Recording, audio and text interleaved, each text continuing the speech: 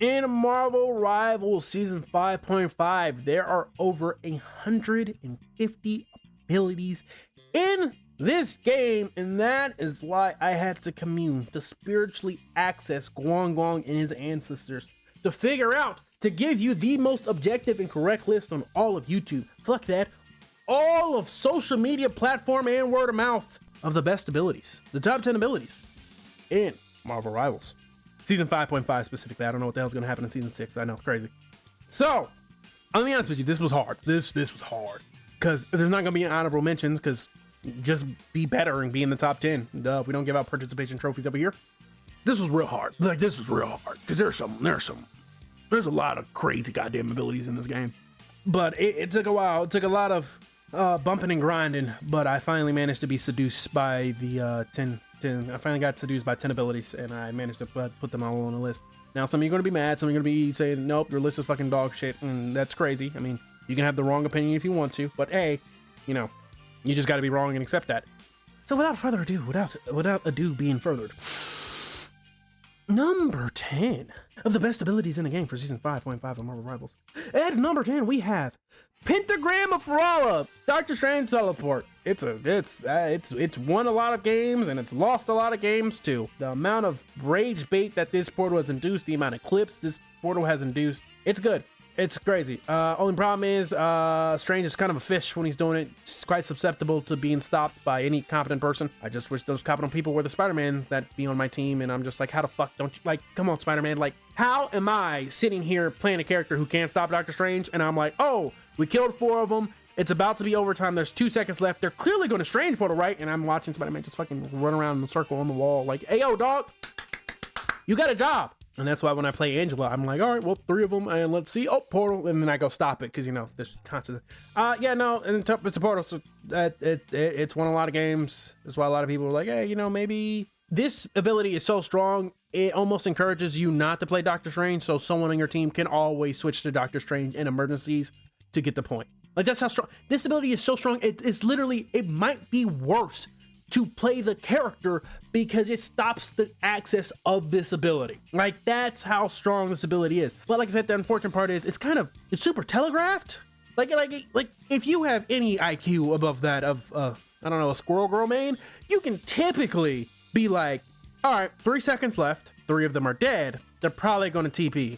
Unless the enemy team is has the IQ of your average Scarlet Witch main, then like, nah, then they're just not gonna TP, because why the fuck would you do that? You want to win the game. Duh. What are you, fucking imbecile? Anyway, yeah, a Paragram for all, teleport, portals.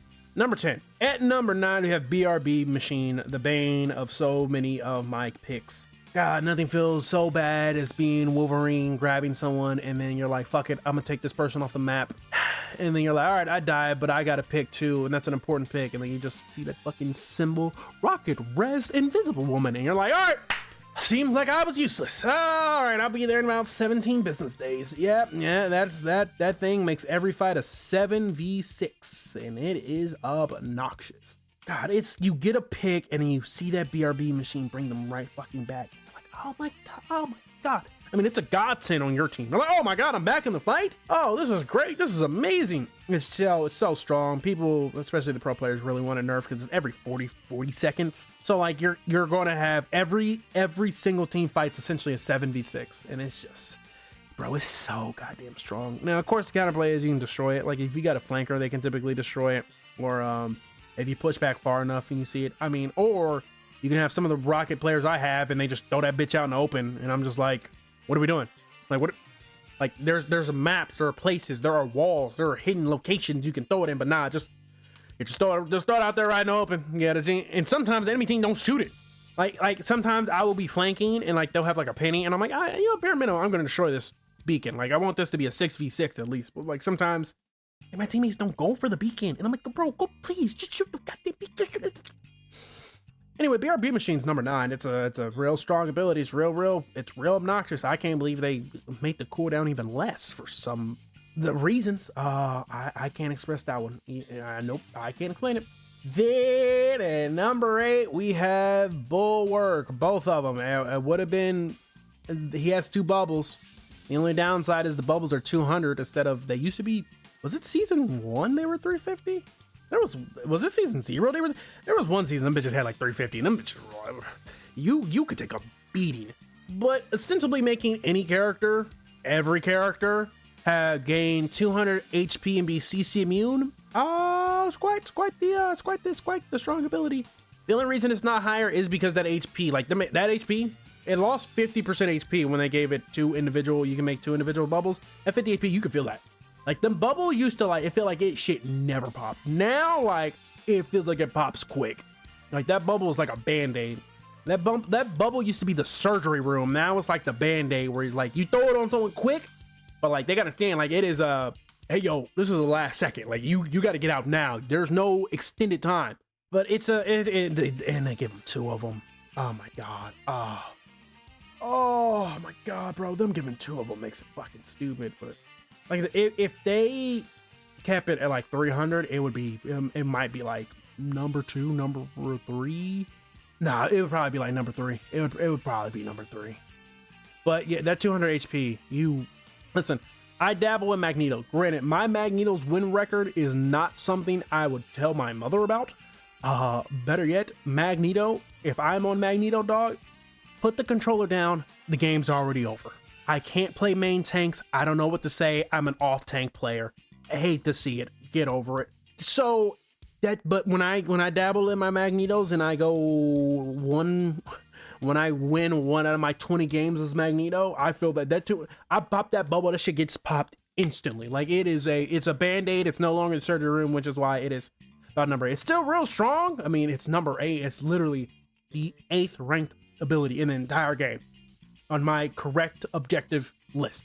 So at number 7, we have Get Over Here, Spider-Man. A terrible character who just, if there is a map that Spider-Man can pull people off, the entire team has to make decisions of, do we play characters who can all escape? I watched the Spider-Man get 15 final hits, and I believe 10 of them were because he pulled Mr. Fantastic off, I think 5 times. He pulled off their Mag 3, and I think their Cloak and Dagger he pulled off like a couple times. That Get Over Here on specific maps is disgusting because it's one of the most uncounterable moves in the game. Like, you have to be a character to like deal with that. You have to be so prepared. And the problem is Spider-Man's so goddamn fast. And you're like, oh, and they're dead. And there goes my tank. All right, okay. And like, it gets worse because if you're in the middle of a scrum and you're like, all right, there's Spider-Man, and all of a sudden you hear whip, gotcha. And you're like, oh, well, and we're down, and we're gone. All right, man, that Get Over Here, dog. Because the problem is you have to see it coming, and sometimes they'll just fake you out. Like, you're like, oh, he's going to do it. If you're like Mag, you'll pop your bubble, and then your bubble disappears, and he's like, gotcha, bitch. And you're like, oh, man, there we go. Because if you're asleep at any point in the time, it's literally just whip, get over here. And you're like, oh, no, we're down a player. Great, love that. It's especially great when he pulls your cloak out of her ults and does it. That's real fun. That's real fun. Or your Mantis when she's ulting. That's real great. It's real great. It's a stupid ass ability. And that's pretty much the only one good thing about the character, to be honest with you. I know some people aren't gonna, that fucking Get Over Here, dog. Especially like not even just pulling you off the map, pulling you to the team. Like Bucky's crazy because his hook pulls people. Playing against a Spider-Man who just constantly fucking pulls you to the team and you die is obnoxious. That's number 7. At number 6. Number six, we have Force Physics. Now, some might say this is not a Invisible Woman's strongest ability. I disagree. This fucking thing is a terrorist upon a level which has rarely been seen in this game. This move prevents you from leaving, and it prevents you from going in the door. It is security, and it's a pretty damn good security. It's always been a pretty damn good security. Being able to push people off the map, being able to stop divers from leaving, stops fires. It counters so many ultimates. The amount of Magneto, the absolute shit ton of Doctor Strange players who have gone up in the air. I have Agamotto'd and then been pushed away 15 country miles by Susan Storm. The amount of Spider-Man ults that would have killed but didn't because Sue Storm pushed them away. The amount, like, there's so many ultimates that Sue just pushes you away on maps where there's edges. Sue is an unbelievable fucking terrorist. as a Hulk enjoyer, this move, it makes me wish Susan Storm would never have a happy day again in her life. It just doesn't feel good when you try to dive through the storm and then you just Sonic push and you're like, oh, never mind. All right, let me go back. Or then you go in, you're like, okay, I need to get out. And she's like, fill the pool. And you're like, no, oh God. And it's like, if you're in the air, it pulls you further. Like it has bonuses. What the fuck is the move shouldn't need bonuses? Like some people are like, well, her shield's really strong. Yeah. She's always had her shield. The thing about her shield that made her overdone is she could put it on herself. Her shield, she's always had that, right? So I can't be like, her thing is her shield's her strongest. No, she's always had her shield. It's just she could put it on herself. That's the thing. This fucking move, this goddamn Forsaken move is just like, oh my God, it makes it so, this is why I call her Satan. It makes it impossible to leave and it makes it impossible to get in because if it's on a 6-second cooldown, I think. So she always has it. Just like, oh my God, dude. Oh my God, dude. The amount of times I've tried to dive her bitch ass and she'll jump away and then push me back. And now I'm country mile away. And I'm like, oh my God, dude, this move is so fucking crazy. Oh my God. Especially if she's like, if she ults and you try to leave, he just pulls you back in and now you're slowed all over. Oh my God, fuck this move. Well, and that's why it's rated so highly. This move is just, dude, this move is so fucking stupid. Oh my God. Especially if you're a tank and you're like, oh, let me retreat for a second. And she's like, nope, come here. I'm not done. I want to talk to you for real quick. You're like, oh, cool. Oh, great. Oh, love that. Thank you. Thank you. Big smooches. Tell Richard and the family I said hi. Like, oh. Number 5, we just have healing hearts in general. Like, I mean, Gambit, it cleanses and the chain heal.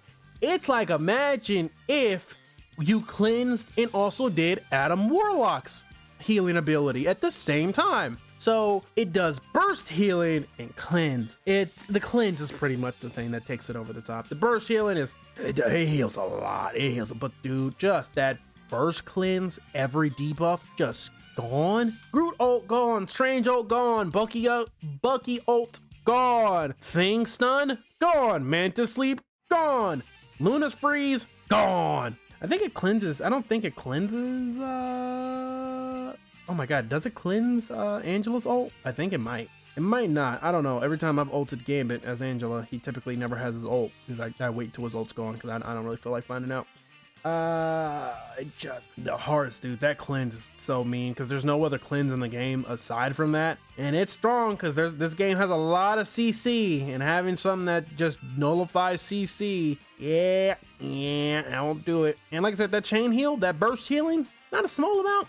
It's a very big, significant amount. And the reason I didn't include spades is because the spades it's good. The anti-heal, knock up, it's all real good. It's just not as good as the hearts. And that's number 5. Number 4, we have radar sense, aka wall hacks. It's walls, dog.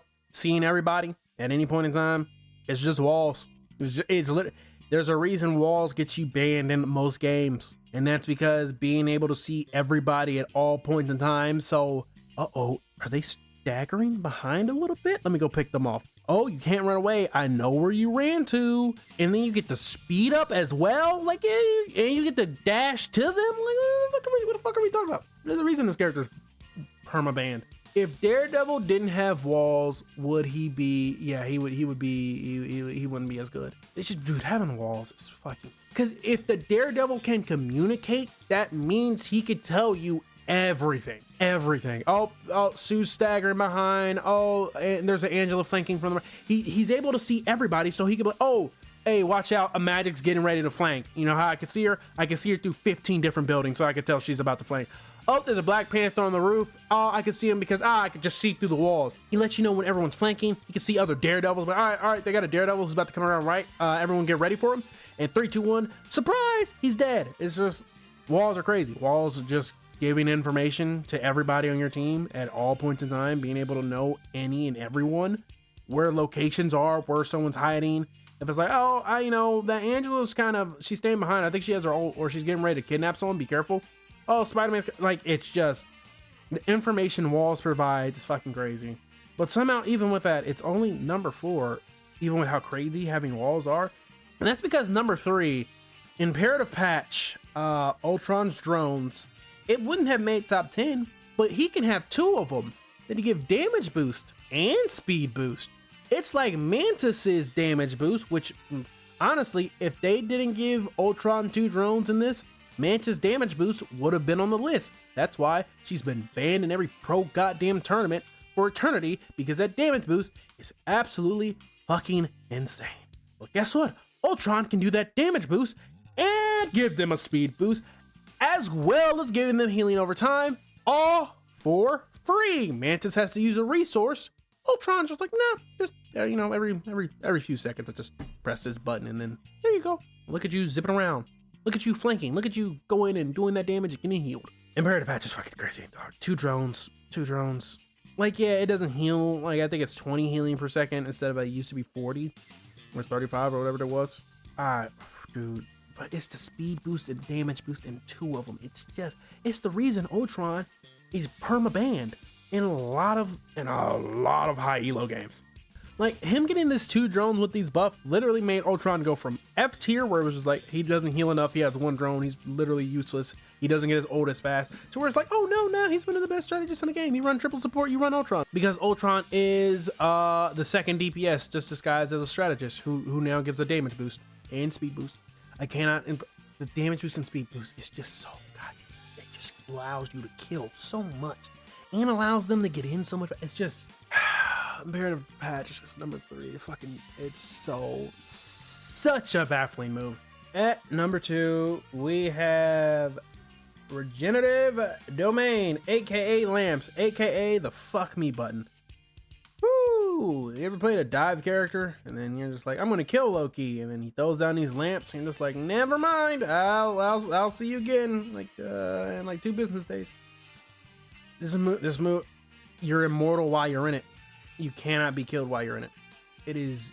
There is a reason it has a 35-second cooldown. In the timeline, in the universe where NetEase was smoking that good shit and then released this game and this move has a 10-second cooldown, I could only imagine the absolute hell. Hell, there was a bug last season where Loki had, like, he could just, his cooldown, his shit was always off cooldown. Yeah, no, that, if Loki always had if this shit was a 10-second cooldown, the game would be unplayable because nothing would die. Loki would be EX tier. Like, that is how strong this move will stop you from dying from almost every single ultimate in the game. It in itself is ostensibly an ultimate every 35 seconds. If they replace Loki's ult with the lamps, and the only difference was the lamps' health was 500 each and it lasted for 5 seconds and the field was bigger, you would be like, oh, he has a very strong ult because, he can place the ult. It would have one of the best ults in the game. Like, it's ostensibly an ult every 35 seconds. Where it's just like, low. There's a reason why in higher elos they call out lamps. Got Loki's lamps? You have to call it out. Like, you have to be like, oh, he doesn't have lamps, because if you go in while he has lamps, you're like, oh, nothing died. All right, let me go ahead and get the head and let me get out of here because there's clearly nothing to do here. And he can have 3 of them because of his clones. It's just such a strong ability, which is why it's number 2, because there's only one ability in the entire game that is stronger than it and also conveniently has a longer cooldown as a non-ult, and that is Adam Warlock's Soul Bond. So for those of you who don't know what Soul Bond does, because, Adam Warlock doesn't get played that much, at low elo especially, Soul Bond's just like, hey guys, I'm going to link all of our souls. Our souls are going to be linked, and we're going to share damage.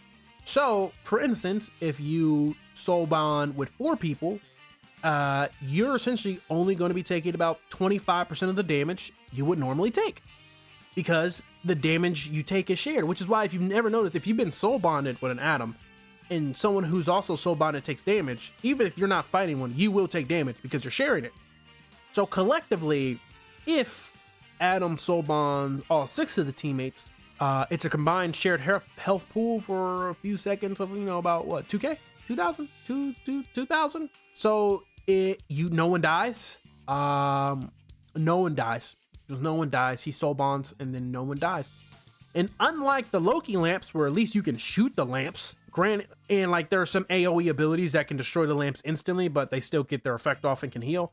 There's no way to dispel Soul Bond unless you do so much damage you can kill Adam, which you're not doing. If he soul bonded like 4 more people, you need the entire US military to kill him. It's just, it is an ultimate ability every 65 seconds. When he soul bonds, you can't dive him. Like, you just can't. Like, especially if he soul bonds with his 2 tanks. Like, it's just nothing soul bounded dies at all. Which is why he's such a strong third support, because every single minute, no one on the enemy team is going to die. So if you have a dive character, the dive character has to sit there and wait for soul bond to end and then go. It's such a stupidly strong ability, which is why it's on a minute-long cooldown. Because if it wasn't on a minute-long cooldown and they just play Loki Adam, in the One Below All universe where Adam Warlock and Loki Lamps and, you know, Soul Bond are on 15-second cooldowns, dog, what do you... Oh my god, that sounds awful. That sounds terrible. But no, Soulbound's just the strongest. I know some people are going to disagree. Soulbound's, if you play, like I said, if you played against a good Adam Warlock who knows when to Soulbound, bro, you're just like, bro, nothing, I can't kill anything. You play DPS, nothing will die. You play tank, nothing will die. You're like, bro, nothing will die. So yeah, it's just Soulbound. Soulbound's the strongest ability in the game. It is an ultimate ability disguised as a regular ability, which is why it has the longest cooldown of any well, actually, I think Wolverine's passive. Wolverine's passive can be decreased by every time he gets an elim, it eliminates 15 seconds. Adam, there's no, that's the minute, and you cannot decrease that cooldown. You cannot decrease the cooldown. So yeah, that's all I got. Let me know your thoughts down below in the comment section. Also, if you wouldn't mind leaving a like, maybe even subscribing, much appreciated. That's all I got. I am gone.